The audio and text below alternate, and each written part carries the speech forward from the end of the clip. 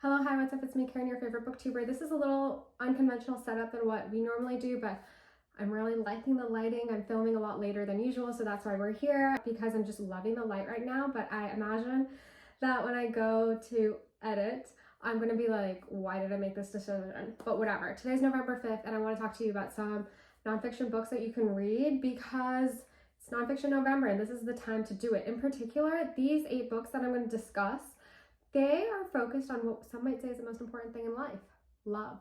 And I personally really gravitate towards nonfiction books that look at marriage, love, whatever it may be, with a really messy slant. I want things to be juicy. I want it to be salacious. I want to be reading it and just be like, did you hear that? I want to be shocked, galvanized.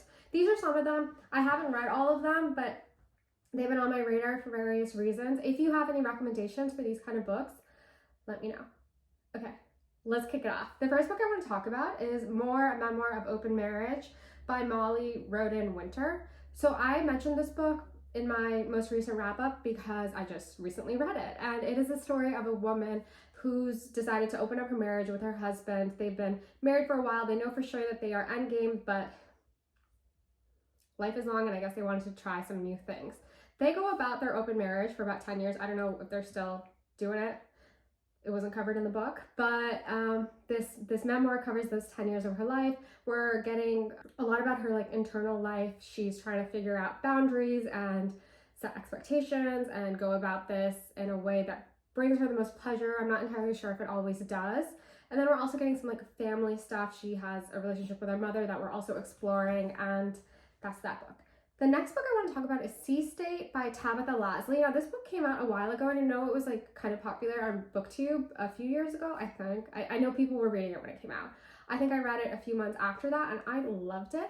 Sea State is a story that mixes journalism with memoir, which, I'm going to be honest, we probably shouldn't be doing that, but it's okay because it makes for a great read for us, the reader. Now, this is a story of a woman who decides to just leave London and go to north of the UK. She's in Aberdeen and she's trying to suss out what's happening in the oil rigging landscape.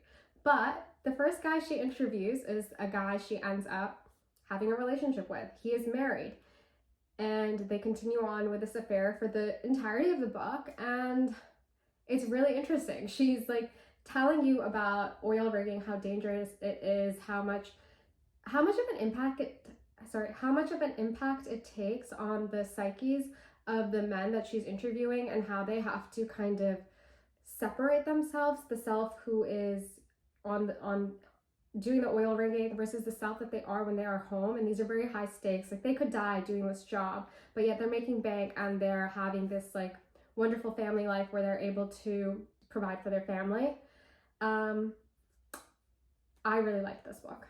The next book I want to talk about is a book that I have not read, but I know it did the rounds. There was lots of articles, lots of conversation happening in my writing group about this. The book in question is Molly by Blake Butler. This is a memoir autobiography situation. It tells the story of Molly, who is married to Blake, and she committed suicide. She herself has written her own memoir, I believe, kind of describing her familial life and her relationship with her father, I think. And after she died, her husband is going through her journals, documents, whatever it may be, and he discovers that Molly was having an affair. And this memoir explores Molly's life. I know that there were conversations about the ethics of the book. I haven't read it yet, so I don't have a comment on that, but it's something to maybe consider as you're reading it. The next book I want to talk about is a book that I also have not read, but I recently discovered it while I was perusing the shelves of the bookstore. It is a McNally's book. Of course, I had to mention them. The book in question is Free Love, the story of a great American scandal. So let me give you some context. It is July 3rd, 1870, and our homegirl, Elizabeth Tilton, tells her husband that she has been having an affair with the pastor.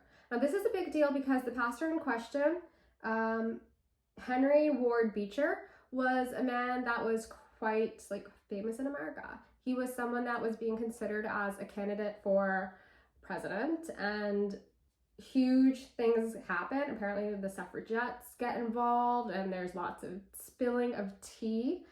And this is a nonfiction accounting of the book that journalist Robert Sheplin put together because of all of the various articles that were in the New Yorker. So that's the book to consider. The second book is something that's kind of similar. It is another exploration of a marriage between the wealthy elite. This book is something that I read a few months ago. Strong Passions, A Scandalous Divorce in Old New York by Barbara Weisberg. Now, this is a story of a marriage that seemed like it was going all fine, but really wasn't. And wifey tells husband that she's been having an affair with his brother. So, yeah, things go bad. And then they go from bad to worse when she runs away and kidnaps one of their children. And this story did numbers and was gripped the nation. So many newspaper articles, so many people were interviewed, and so many testimonies. And the woman in question, the wifey, she never showed up to court. I think she went to France, is most likely what I remember happened. And this is an exploration of that, and it's interesting to see the ways in which this is American New York elites, and this really shocked the nation, as I mentioned earlier. And somehow I think the wifey is related to Edith Wharton. So towards the end, we get some writings from the author is considering the ways in which that probably inspired some of Edith Wharton's more smaller pieces. So that was really interesting. I would say that this one I did read kind of is a little boring because the author is literally just walking you through the whole entire court documents and the testimony, and you kind of get the gist of the story in the very beginning, and that's whoa. And then some of the testimony gets a bit boring, and then the end wraps up really interestingly because she looks at the lives of the two daughters and what happened in the rest of their life, which I thought was an interesting way to culminate it and really satiated my curiosity. Okay, the next book is something that I started and I haven't finished. Henry and June by Anais. These are her journal entries, but maybe kind of editorialized, though often when I find them in the bookstores, they are in the memoir section versus actual fiction. So I think it's a good contender for this. And this is looking at her relationship with Henry Miller and Henry Miller's wife, June. And I did stop reading it fairly early. It was a DNF for the time being. I will return to it later because it wasn't gripping me just yet, but you're seeing the ways in which she is having a relationship with both, considering them both. She's also married at the time. And so there's just this interplay of all of these various elements and factors and people, and interesting. And also written in a way that's really good and interesting. I did read some Goodreads reviews, and people, they have a complaint, were complaining about how she's not self-aware and whatever. But as I mentioned in my previous wrap-up, I don't think you want to read nonfiction from someone who's self-aware. That's not the answer. You want someone who's delusional and who probably has the same thoughts over and over again, because that's more interesting. Then the final two books that I want to talk about are books that I have also previously read, but I do think they fit into this messy marriage nonfiction situation. The first one is Parallel Lives, 5 Victorian Marriages by Phyllis Rose. Now this is a really, dare I say it, this is a seminal text. It is really important in how we consider marriage, especially literary marriages. This author starts off with the preface that the marriages of the Victorian eras have so much relevancy to our current modern marriage system. And she published this book a while ago. I want to say 80s, but it's probably maybe older than late 70s, early 80s, let's say.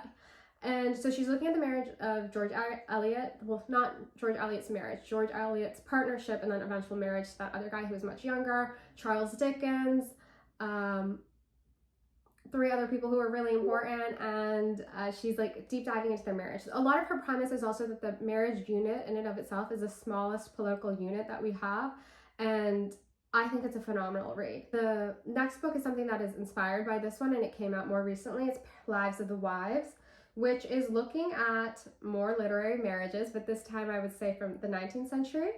And the author, she pays homage to Phyllis Rose and her book, and then goes on to talk about the ways in which these literary marriages, how it is often the women who have to sacrifice so much in order for their husband to have the time and the space to write. And as a result of that, their own writing or their own creative output does not happen, or it dwindles to nothing. The authors that she focuses on, let me pull it up for you.